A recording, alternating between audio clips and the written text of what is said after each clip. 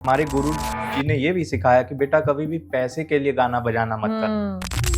कभी भी ये मत सोचना कि तुम लाखों रुपए लोगे तभी बजाओगे, वरना नहीं बजाओगे।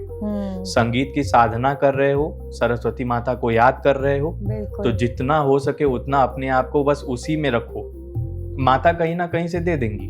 बिस्मिल्लाह खान साहब उनको शिव जी के दर्शन हुए, शंकर भगवान के, रियाज करते करते प्रकट हुए हैं। पंडित शांता प्रसाद मिश्रा जी हमारे बड़े अच्छे वो थे, मतलब तबला वादक थे, बनारस के ही थे। उन्होंने काली माता को सिद्ध कर लिया। एक कलाकार के लिए मुझे ये लगता है कि a fixed amount is not justifiable. बिल्कुल। First of all, क्योंकि जो ये तो जैसे कहते हैं ना वो पूजा है। बिल्कुल। My humble pranam to everyone. I'm Tanya Khanna, co-founder Baitak Circle Amritsar, a music enthusiast, vocalist, and the current chairperson of Fiki Flow Amritsar chapter. We are really fortunate to have with us today the Sarangi maestro Vinayak Sahai ji with us, जो कि बनारस घराना के तबला संस्थापक पंडित राम सहाय जी की 7वीं पीढ़ी है। तो मेरा पहला प्रश्न आपसे ये है विनायक जी कि जैसे आप तबला के घराना से ताल्लुक़ रखते हैं, तो सारंगी आपने कैसे चुना?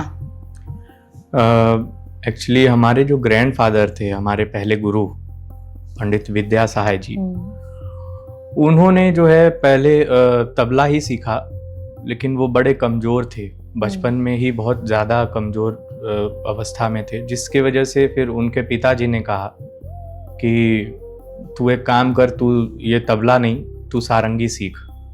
तो उनको सारंगी की तालीम पंडित पन्नालाल जी से, पनेरू जी भी बोलते थे उनको, बनारस के बड़े दिग्गज सारंगी वादकों में से एक थे। तो वो उनके पहले गुरु थे। और वो तो उनके बारे में ऐसा सुनने में आता है, पंडित पन्नालाल जी के बारे में, जो हमारे दादा गुरु जी भी हैं, कि वो जब सारंगी बजाते थे, इतनी सुरीली सारंगी बजाते थे कि वो जो है तितली उनके सारंगी के सिर पे आके बैठ गई एक बार, जब बजा रहे थे, रियाज कर रहे थे। और जब तक वो उड़ी नहीं, जब तक वो जो है सारंगी बंद नहीं हुआ। तो ये सब चीज़ों का बड़ा रहा है। फिर सेकंड गुरु जो है उनके पंडित हनुमान मिश्रा जी, हनुमान प्रसाद मिश्रा जी, हमारे दादा गुरु जी, और हम उनको बहुत मानते हैं। और उन्हीं से शायद आज हम जो भी हैं, उन्हीं लोग को सुन के, उन्हीं लोग को देख के हैं। तो इसलिए उनका आशीर्वाद हमेशा बना रहे। और जैसे कि आपका सवाल ये था कि कैसे ये सारंगी मैंने चुनी, तो बचपन में जब मैं 2 या 3 साल का था, तो गाना शुरू किया था। मेरी चाची और चाचा जी ने, पंडित शिव सहाय और विजया सहाय जी ने मुझे तालीम दी गाने की। पहले जब मैं 2 या 3 साल का था, बहुत छोटा था। तो उसके बाद क्या हुआ कि हमारे जो ग्रैंडफादर हैं, हमारे जो गुरुजी थे, वो जो है बैठते थे, रियाज करते थे उस वक्त भी। तो मैं सुनता था, देखता था उनको, और वहीं सो जाता था। अच्छा। इतना मगन हो जाता था सुनने में कि वहीं नींद आ रही है, वहीं सो रहा हूँ। तो एक दिन उनके मन में लालसा उठी कि मुझसे पूछें वो कि क्या मैं सारंगी बजाऊंगा। अच्छा। और मैं ना बोल ही नहीं सकता था, इतनी मतलब उनको हमेशा से सुनता आ रहा हूँ, देखता आ रहा हूँ। तो मैंने कहा ठीक है, मैं ज़रूर बजाऊंगा। तो उन्होंने जो है फिर मुझे तालीम शुरू की, फिर ये सारंगी की, और बहुत सालों तक ये तालीम चली और इंटरेस्ट भी बढ़ता रहा।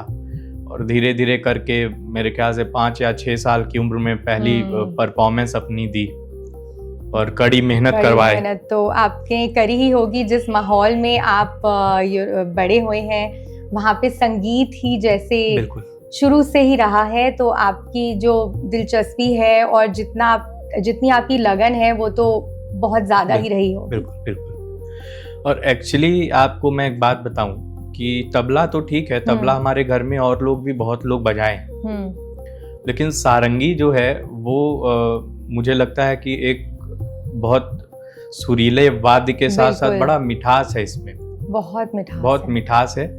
और इसमें जितना हो सके उतना डूबने की क्षमता जो गुरुओं ने दी मुझे, वो बड़ी ये जो है, मैं उसके बारे में जिक्र करूंगा आगे। बिल्कुल। वो काबिले तारीफ है।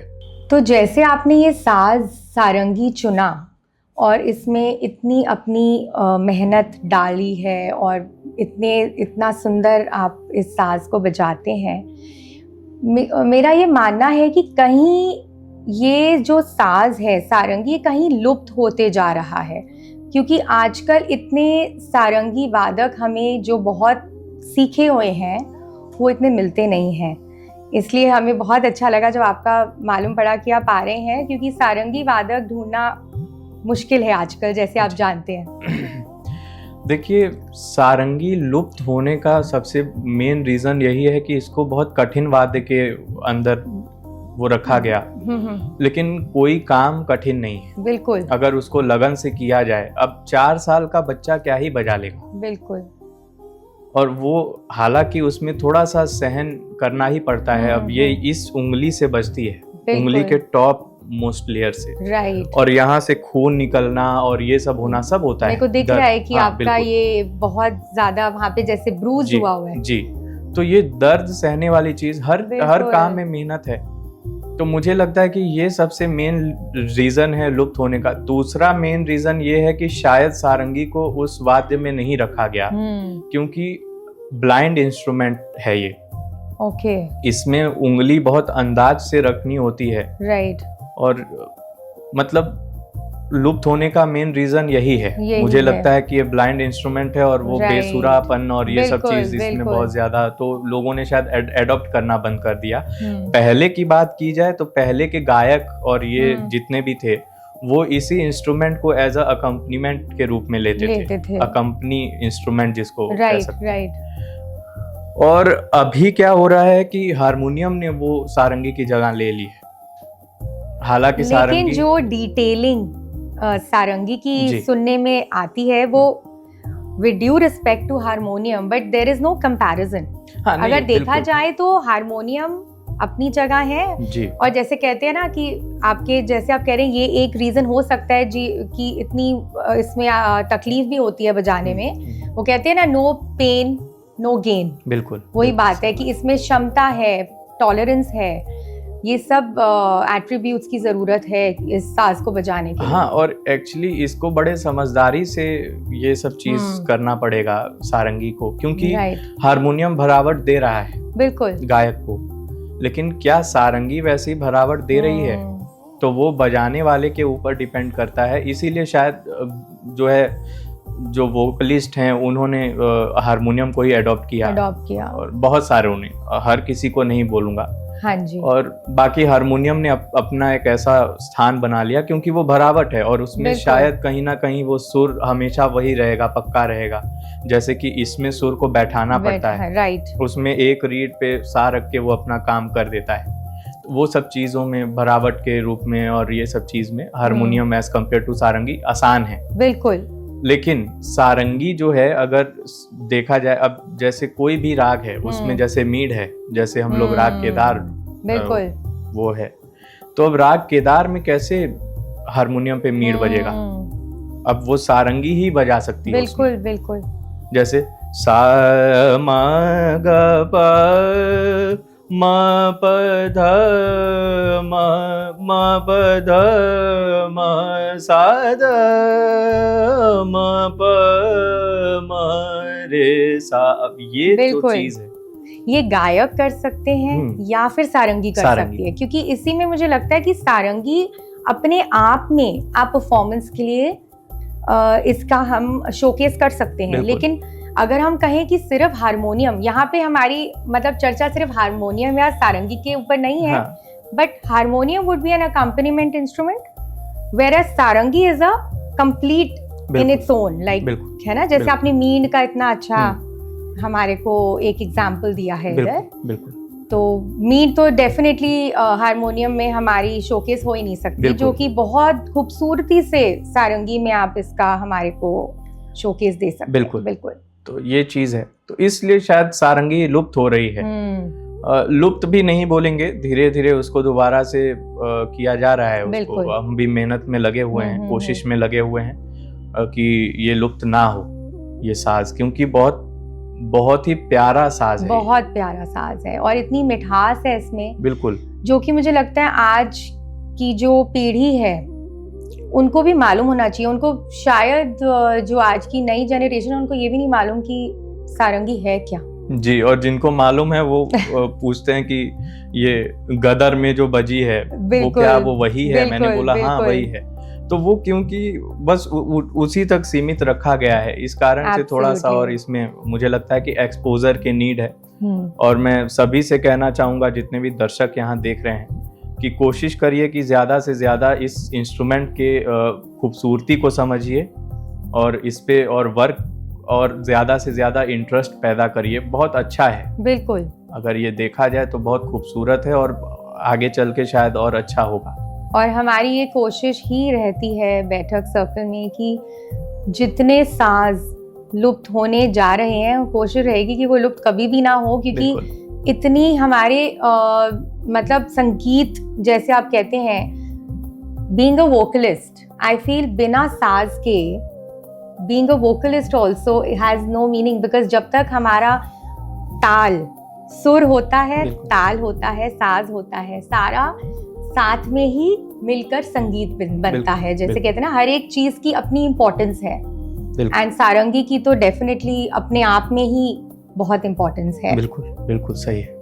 जैसे आप नींद का बता रहे थे, एकदम से मेरे जहन में ये एक गाना आया था बहुत कुछ साल पहले, जैसे ना तू बिन बताए मुझे ले चल वहीं। मुझे जैसे आपने बोला वो मीड में एकदम कहीं और ही चली गई। आप ये सोचिए कि जितनी खूबसूरती से ये सारंगी पे ये निकल सकती है और जितनी खूबसूरती से अगर हम वोकल को इसके साथ जोड़ दें तो मेरे ख्याल वो अलग ही मैजिक हो जाए। बिल्कुल, इसीलिए पुराने लोगों ने सारंगी को गले के बहुत करीब साज माना है। बिल्कुल यही कारण आपने बिल्कुल यहाँ पे वही बात कही जो मेरे जहन में भी आ रही थी कि जैसे गले से वो स्वर निकलता है वैसे ही आप जब बजाते हैं उसको वही स्वर आपके साज से भी आता है। तो वो जैसे कहते हैं ना कि सोने पे सुहागा, बिल्कुल वही बात हो जाती है। सो विनायक जी, मेरा ये प्रश्न आपसे है कि जैसे कि आप गुरु हैं और जो आपके शिष्य हैं और अन्य जो हमारी यूथ है, आज की पीढ़ी है, उनके लिए आपका क्या मैसेज होगा? देखिए, मुझे लगता है कि 3 चीजों पे ये संगीत टिकी हुई है। लगन होनी चाहिए, इंटरेस्ट होना चाहिए उनमें, सीखने के, परखने की, सब चीजों में। और दूसरी चीज है कि तपस्या बहुत जरूरी है, बहुत जरूरी है। संगीत क्योंकि मतलब तपस्या का ही विषय है, वो वैसा वो नहीं है कि बस ऐसे फॉर्मली उसको सीख लिया और बजा के उसमें और ये सब नहीं, वो बहुत तपस्या है और उसमें बहुत डूबना पड़ता है। और तीसरी चीज मैं कहूँगा भाग्य। बिल्कुल, अगर उनका भाग्य अच्छा रहा तो ही वो संगीत में जो है आगे बढ़ पाएंगे, आगे कर पाएंगे।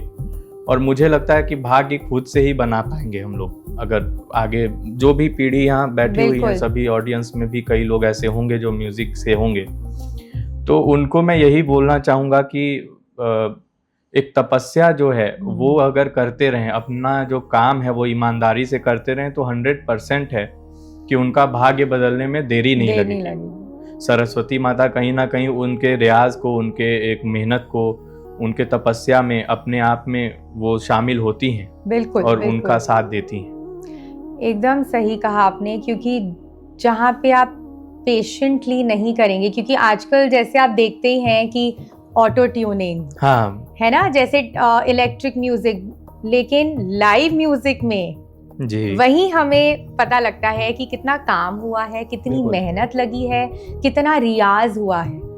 क्योंकि जैसे मेरे गुरुजी भी यही कहते हैं कि आप भाग्य तो है लेकिन रियाज के बिना तो भाग्य भी नहीं हमारे काम आएगा ना। बिल्कुल बिल्कुल सही। सो 3 बातों का हम सबको डेफिनेटली ध्यान रखना चाहिए।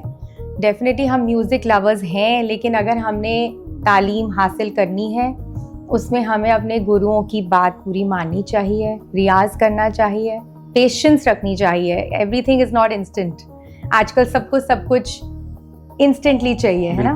और एक्चुअली जो मैं आपको बताता हूँ, संगीत में आगे बढ़ने के लिए गुरु भक्ति भी बहुत जरूरी है। बिल्कुल।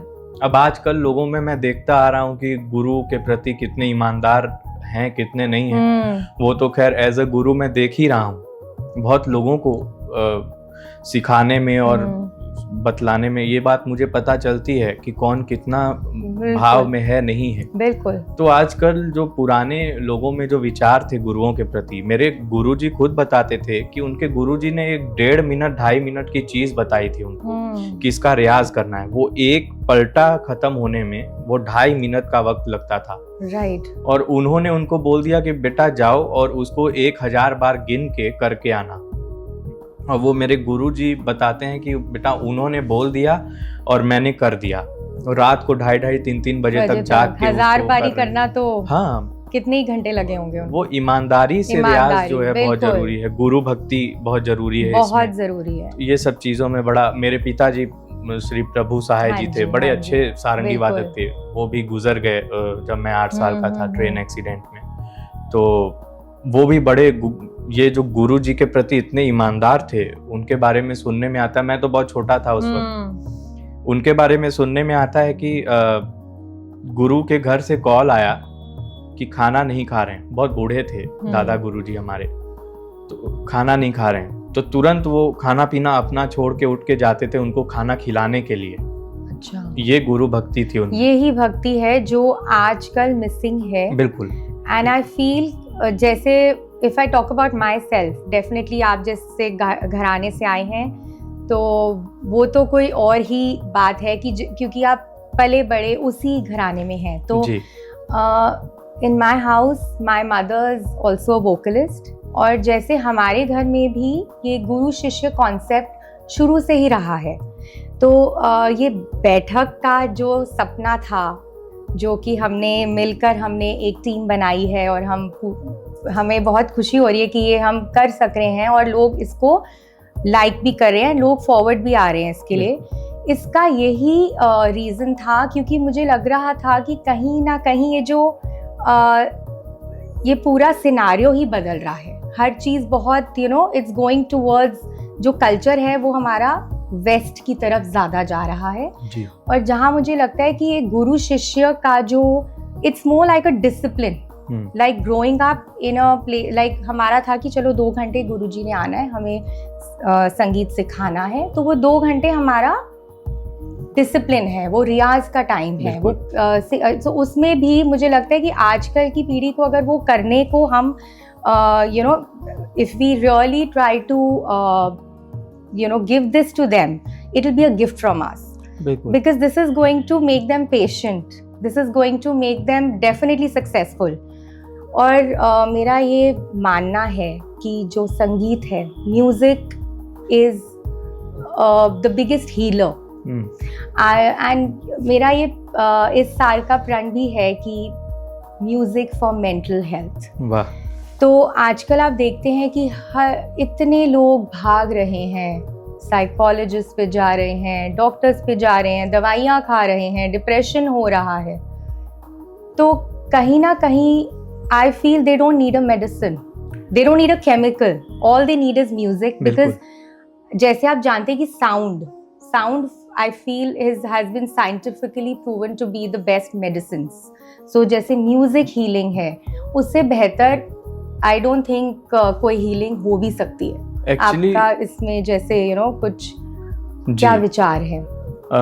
एक्चुअली क्या है कि आप देखे भी रही होंगी, आप तो यहीं रह रही हैं और सुनती आ रही होंगी, आजकल का संगीत प्रथा कितनी चेंज हो गई है। संगीत बिल्कुल बिल्कुल वो कल्चर, वो जो होता था कि पुराने जमानों के अगर गानों की ही बात कर लें, बॉलीवुड मतलब लता जी हुई, मोहम्मद रफी जी हुए, आर.डी. बर्मन साहब हुए, तो ये लोगों में जो पेशेंस वाला जो काम था वो तो कोई और ही लेवल था। बिल्कुल, अब वो लुप्त हो रहा है। आजकल के कल्चर्स में जो है किसी और चीजों को बढ़ावा दिया जा रहा है, जिसकी वजह से वो मानसिक स्थिति जो है वो शांत है ही नहीं। अब वो आप देखती हैं कि लोग कार में भी जो है गाना बजा रहे हैं, बॉलीवुड हो चाहे वैसा हो, रॉक पॉप चल रहा है सिस्टम, जिसके वजह से अब वो एक्सीडेंट्स कितने बढ़ गए हैं। बिल्कुल। क्योंकि वो मेंटल है तो उनका शांत है ही नहीं, क्योंकि वो और हाइपर हो रहे हैं, बिल्कुल है ना, वो तो हाइपर कर रहा है वो रहा है। संगीत जो है। तो इस कारण से मुझे लगता है कि ये बहुत बड़ा रीजन है कि वो मेंटल हेल्थ बहुत सारे लोगों की ये खराब स्थिति हो रही है इस चक्कर में। और म्यूजिक जो है, अगर क्लासिकल म्यूजिक की बात की जाए तो वो हील कर सकती थी। और पहले के लोग इसीलिए इतने मानसिक रूप से इतने पेशेंस था उनमें कि वो लोग अपना मेंटल हेल्थ को अपने आप सही करने के लिए कुछ राग सुन लेते थे। बिल्कुल। आप विश्वास करिए, कुछ ऐसे चार्ट बना हुआ है, वो पुराने बुजुर्गों ने बनाया हुआ है, जैसे किसी को फीवर है तो ये राग, हेडेक है तो राग भैरव, राग कलावती का भी बहुत महत्व है इसमें, बिल्कुल, for mental health, because I feel मतलब हर राग का कोई ना कोई महत्व है, तो वही हमारे that is a better medicine to take than to take some chemicals. बिल्कुल। राग भैरवी है, राग झंसम मोहिनी है, हर राग का अपना महत्व है, बिल्कुल, जो कि वो अपने आप क्योर करने में हेल्प कर देता है। आप विश्वास करिए, एक कैंसर पेशेंट को ये म्यूजिकल हील देना शुरू किया एक डॉक्टर ने, और वो ठीक हो गया। एक cancer patient. I'm really not surprised because music definitely has the power. बिल्कुल, वो हर किसी को वो अपने आप में वो उसको ठीक कर सकता है। तो ये है कि उसको समझने के लिए, उसको सुनने के लिए वो पेशेंस अपने अंदर बना के चलना होगा, तब अपने आप वो काम करेगा। तो विनायक जी, हम चाहेंगे कि अपनी लाइफ जर्नी के बारे में भी आप हमें कुछ बताएं, और जैसे कि आपके गुरुओं के द्वारा भी आपने कुछ महान कलाकारों के बारे में भी सुना होगा, वो हम सबको ज़रूर बताएं, क्योंकि इस पॉडकास्ट को सुनने वाले हमारे सारे दर्शक ये ज़रूर सुनना चाहेंगे आपसे। जी, एक्चुअली 4 साल, जैसे कि मैंने पहले आपको बताया कि 4 साल से जो है सारंगी शुरू की मैंने सीखनी, और धीरे धीरे जो है जब टाइम बीतता गया, सीखते गए, तो 8 साल की उम्र में पिताजी गुजर गए। और पिताजी के गुजरने के बाद एक बड़ी लाइफ चेंजिंग पॉइंट हमारे लिए रही सदगुरु जगजीत सिंह जी। उन्होंने बहुत बड़ा रोल निभाया कि उन्होंने हमारे पूरी फैमिली को यहाँ श्री भैनी साहिब में बुला लिया और हमारा पूरा देखभाल किया उन्होंने। मैं उनकी जितनी भी तारीफ करूं, उनके चरणों को धो के पी जाऊं, वो भी शायद कम हो। वो भगवान के रूप में आए, और भगवान हैं वो एक्चुअली। और उन्होंने इतनी बड़ी मतलब सहायता की है हमारे पूरी जीवन को बढ़ाने में। हमारे पढ़ाई से लेके संगीत सीखने तक वहाँ बुला के रखना आजकल कोई नहीं करता है। बिल्कुल। अगर शायद वो ना होते तो शायद आज हम ना होते यहाँ। तो वो 2012 में वो भी चले गए, छोड़ के शरीर त्याग दिया उन्होंने। उसके बाद उनके जो है, और उनकी गद्दी पे उनके भतीजे सदगुरु उदय सिंह जी, वो अभी वर्तमान में भी हैं। उन्होंने भी बहुत सहायता की है, बहुत प्यार दिया उन्होंने भी, और बहुत आशीर्वाद है उनका भी जो इतना कर पा रहे हैं। तो 2019 में मेरे जो ग्रैंडफादर थे, मेरे पहले गुरु पंडित विद्या साहे जी, वो मुझे छोड़ के चले गए, शरीर त्याग दिया उन्होंने भी, दुनिया से चले गए। तो उसके बाद जो है पंडित राजन साजन मिश्रा जी हमारे दूसरे गुरु जी हुए। क्योंकि उन्हीं के पिताजी से, मेरे पिताजी ने और मेरे दादाजी ने, मेरे जो गुरुजी थे, उन्होंने शिक्षा ली थी उनके पिताजी पंडित हनुमान मिश्रा जी से। हाँ जी। जिसकी वजह से वो बनारस घराने की भी बात है। बिल्कुल। और दूसरी चीज है कि इन दोनों गुरुजी लोग को भी बहुत ज्ञान था सारंगी, क्योंकि बचपन से सुनते आए थे, और छोटे गुरुजी तो सीखे भी पहले सारंगी। तो उसकी बहुत सारी नॉलेज थी उनमें, और रागदारी जो है, अच्छा, वो जो है बहुत जरूरी था। तो इसलिए मैं वहाँ गया गुरुजी लोग के पास, उन्होंने मुझे एक्सेप्ट किया, और फिर उनसे शिक्षा अभी भी चल रही है, उनका आशीर्वाद मिल रहा है। और मुझे लगता है कि बहुत बड़ी बात है ऐसे गुरु लोगों को मिलना। मैं अपने आप को बहुत सौभाग्यशाली मानता हूँ कि ऐसे गुरुओं के अंडर में रहा हूँ और उनसे शिक्षा प्राप्त की है। गुरुजी ने मुझे मौका भी दिया खुद के साथ बजाने का, हालांकि मेरी औकात नहीं है उनके सामने बैठने की भी, लेकिन उन्होंने मौका दिया कि थोड़ा सीखने को मिले। और उनकी शिक्षा ऐसी थी कि वो स्टेज पे बैठ के मुझे सिखाए। Amazing. आप विश्वास करिए, वो स्टेज पे गा रहे हैं। एक बार एक कॉन्सर्ट की मुझे याद है, सप्तक में जो अहमदाबाद में वो है, वहाँ गुरुजी गा रहे थे, छोटे गुरुजी थे और उनके बेटे थे, बड़े Right. गुरुजी तो गुजर गए हैं। हाँ जी। तो स्वरांश चाचा जी जो है, तो ये दोनों लोग गा रहे थे राग जौनपुरी। अच्छा। और वहाँ जो है सारंगी पे मैं पीछे बैठा हुआ हूँ, धर्मनाथ मिश्रा जी हैं Right. हारमोनियम पे, हमारे दादाजी हैं वो हाँ भी। जी। और तो ऐसे चला, तो वो जो जौनपुरी मैंने सुनी गुरुजी के, अभी भी मुझे याद है वो क्या, मतलब क्या ही उस समय माहौल बना था। बिल्कुल। और तो हम वो इमेजिन भी, बिल्कुल। मतलब विजुअल भी अगर मैं करूँ तो कितना ही सुंदर रहा बिल्कुल। होगा। अब वो जो है गुरुजी ने बोला मुझे कार में आते वक्त, जब हम लोग वापस आ रहे थे, तो बोले बेटा ये गंधार ऐसे ही उतरता है अच्छा। जौनपुरी में, किस तरीके से वो गंधार उतर रहा है, किस तरीके से निषाद लग रहा है। तो ये गुरुजी ने बात मुझे है। बताया, और उस चीज को आज भी दिमाग में रख के बोलते हैं कि बेटा रियाज करते रहो और ईमानदार रहना हमेशा रियाज के प्रति, सुर के प्रति ईमानदारी बरतो।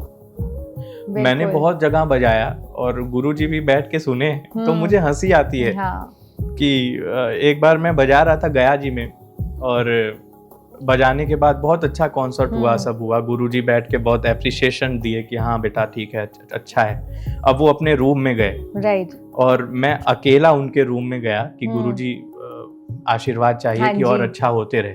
तो बोले बेटा एक बात बताओ, छोटे गुरुजी पंडित साजन मिश्रा जी बोले, अच्छा।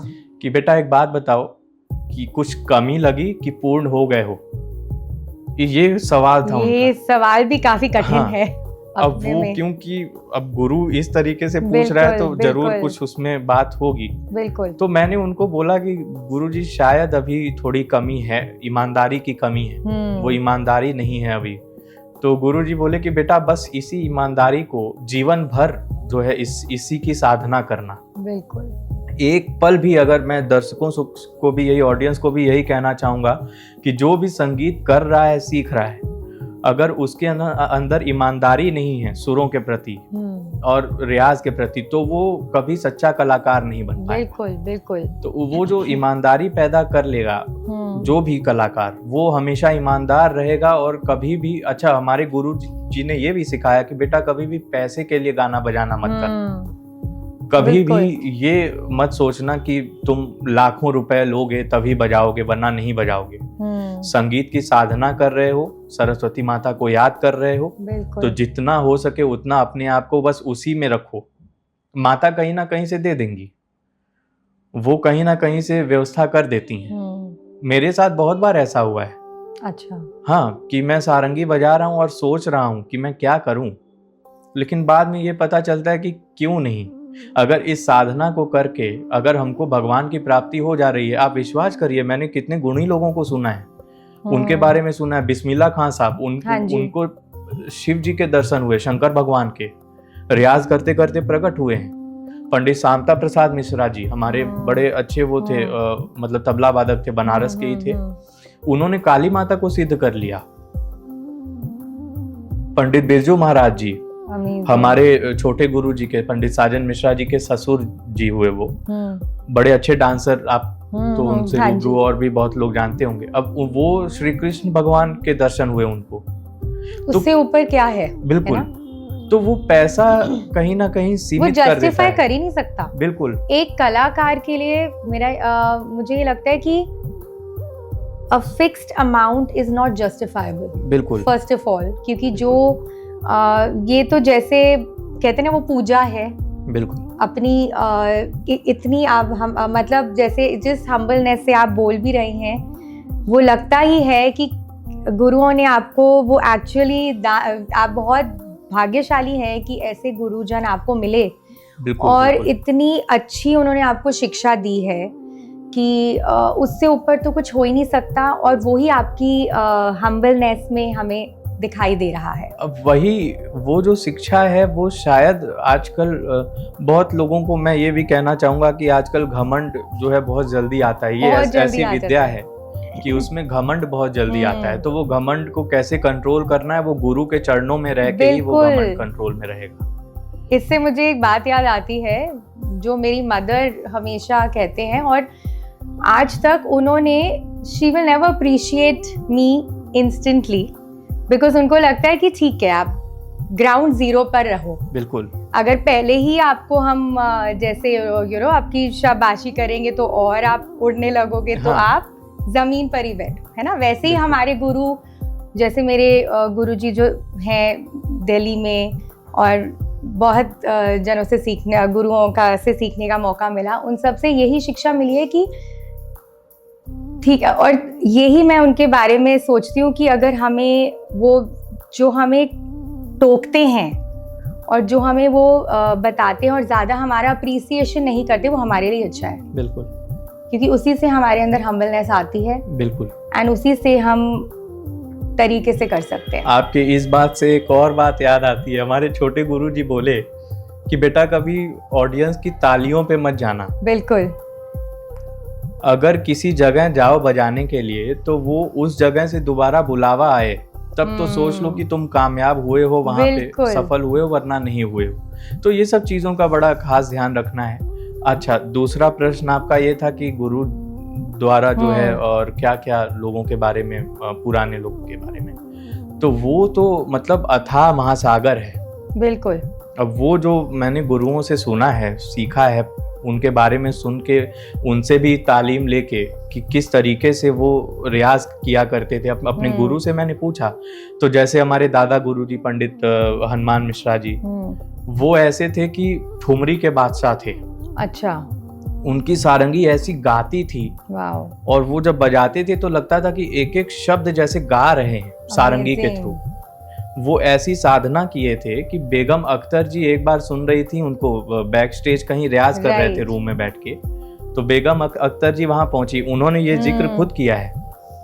तो सुबह से रियाज कर रहे हैं सिर्फ एक ही चीज का, बोल काट का और ये सब का। तो बेगम अख्तर जी ने कहा कि पंडित जी आप सुबह से जो है इस चीज का रियाज कर रहे हैं।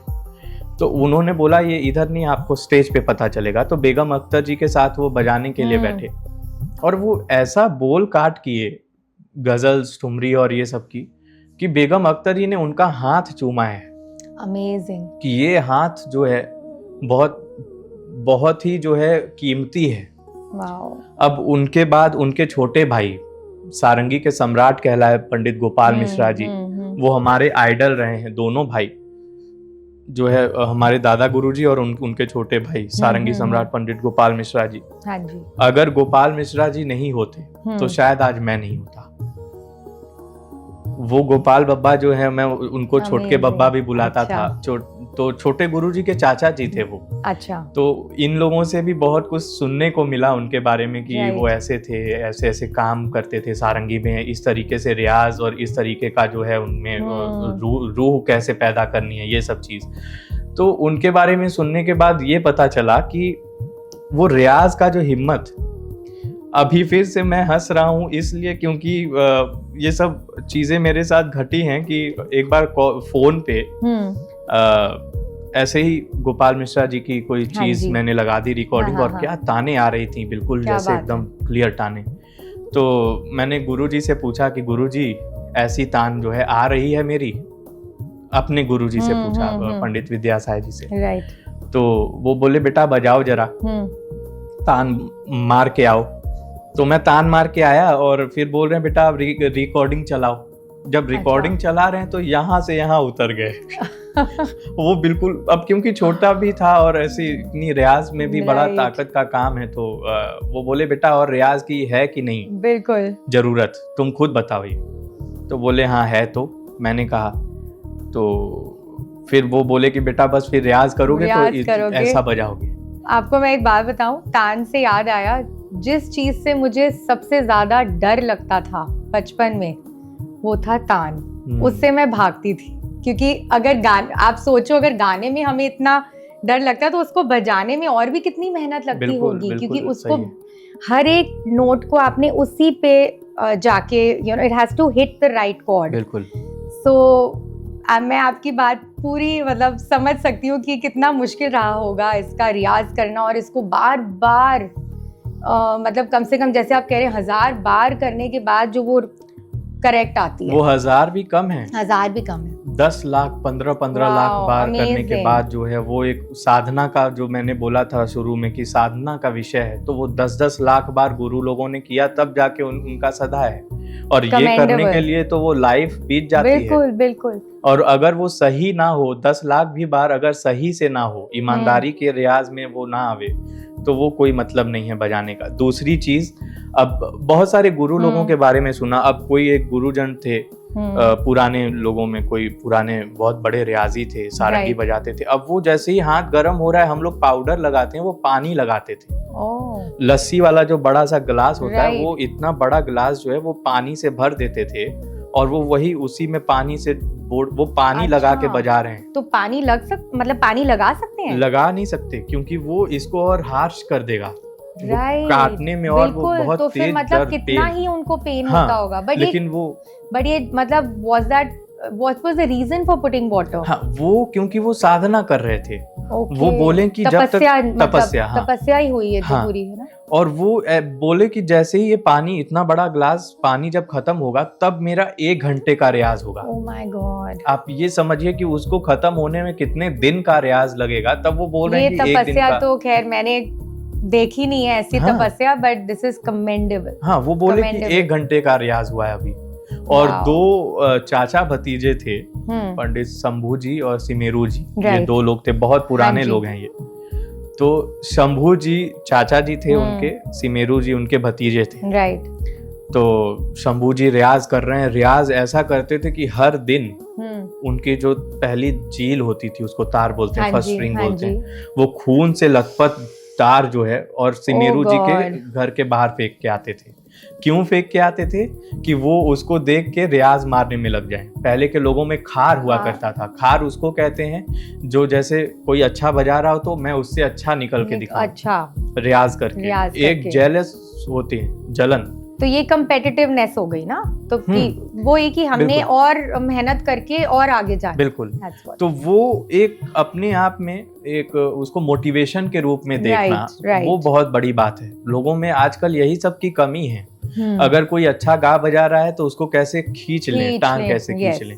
तो ये सब चीजों में को भी थोड़ा कम करना है, क्योंकि संगीत जो है इन सब चीजों को एक्सेप्ट नहीं करता। ऐसे कलाकारों को एक्सेप्ट नहीं करता है। तो बहुत सारी चीजें हैं, और अच्छे अच्छे लोगों के बारे में सुने हैं कि वो सपाट की ताने जो आते थे, और कुछ खान साहब भी अच्छे हुए, जैसे नथु खान जी की सारंगी बड़ी अच्छी लगती है हमको, बहुत अच्छा बजाते थे।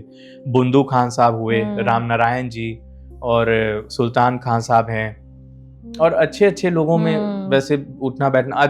हालांकि अब देखिए सारंगी के साथ साथ वोकल में भी अगर हम देखें तो बहुत अच्छे अच्छे कलाकारों ने अपना योगदान दिया है। जैसे हमारे गुरुजी लोग तो हैं ही हैं। हाँ जी। भीमसेन जी, पंडित जसराज जी, परवीन सुल्ताना जी हैं, और जैसे कि अनेकों हैं। वो कहते हैं हमारा जो देश है, हमारा भारत देश, वी आर ब्लेस्ड बिल्कुल with such amazing renowned musicians कि मतलब हम बहुत ही blessed है कि हमें जैसे आपको इतना सुनने का मौका भी मिला, सीखने का मौका मिला। और आज मैं यही कहूँगी कि दर्शकों की जैसे हमने इनसे सुना है, इन्होंने कितनी मेहनत करी है, इन्होंने कितना रियाज किया है। अगर हम कुछ 10-15% भी इतना कर लें तो आप सोचिए कि हमें इससे कितना ही सुकून मिलेगा। और गुरु शिष्य का ये जो कहते हैं ना, ये गुरु शिष्य का जो कॉन्सेप्ट है, मुझे लगता है ये हमें जरूर इनकलकेट करना चाहिए। बिल्कुल, क्योंकि इसी से आगे संगीत बढ़ेगा, इसी से हमारी नई पीढ़ी को भी थोड़ी शांति मिलेगी। जैसे कि हमने मेंटल हेल्थ के बारे में भी बात किया, जो मेरे लिए बहुत मतलब महत्वपूर्ण है इस समय। जब मैं देखती हूँ आसपास क्या हो रहा है, हम सब देख रहे हैं कि कितना ज़रूरी है म्यूज़िक, और कितना ज़रूरी है कि हम गुरु की शिक्षा अपनी पूरी जैसे अपना फुल एफर्ट और लगन से करें। हाँ, एक्चुअली सिर्फ शिक्षा ही नहीं, मुझे लगता है कि अब जैसे विलायत खान साहब थे, उनके बारे में सुनने में आता है कि वो सितार के साथ ही सो रहे हैं, सितार के साथ ही उठ रहे हैं, उसको कुछ और है। बिल्कुल।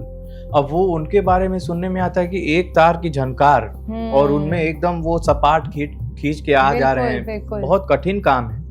तो ऐसे ऐसे तपस्वी हुए हैं दुनिया में जिन्होंने अच्छा योगदान दिया है, और अच्छा रविशंकर जी हैं, और बहुत सारे लोग हैं। हाफिज अली जी हैं वो सरोद में, और कहीं ना कहीं अली अकबर जी हैं, तो वो लोग बहुत अच्छे लोग हुए। अलाउद्दीन खान साहब थे, ऐसा मतलब सरोद बजाते थे, मुझे पर्सनली बहुत पसंद थे। एक अलाउद्दीन जी और एक अली अकबर खान साहब, उनका जो उनकी लगन, जो जितना समय उन्होंने अपनी पूरी जिंदगी में दिया है अपने साज के साथ, अपने कलाकारी को, और जितनी ईमानदारी से दिया है, वो ही अगर हमारी नई पीढ़ी में भी आ जाए तो आई थिंक यही परंपरा चलती रहेगी आगे भी, जो कि हम चाहते हैं कि आगे भी चले। बिल्कुल, बस ये मैं अपनी ऑडियंस से कहना चाहूँगा कि जितना हो सके उतना अपने गुरु के प्रति और साज के प्रति लगन से और ईमानदारी से अपने आप में काम करते रहें, और अच्छा होगा जो भी होगा। भगवान ने, सरस्वती माता ने जो भी सोचा है अच्छा सोचा है। ईश्वर आप लोगों को सभी को जो है अच्छा बुद्धि दे और विवेक दे कि वो आप लोग उस तरीके से कर पाएं। बिल्कुल। Thank you so much, Vinayak Sahai ji. बहुत धन्यवाद। I'm sure there'll be a lot of positive take back after this podcast, and हमारे दर्शकों को भी कुछ प्रेरणा मिलेगी जी आपसे। ये सब आपकी जर्नी के बारे में सुनकर हम सबको प्रेरणा मिली है। Thank you so much. Thank you.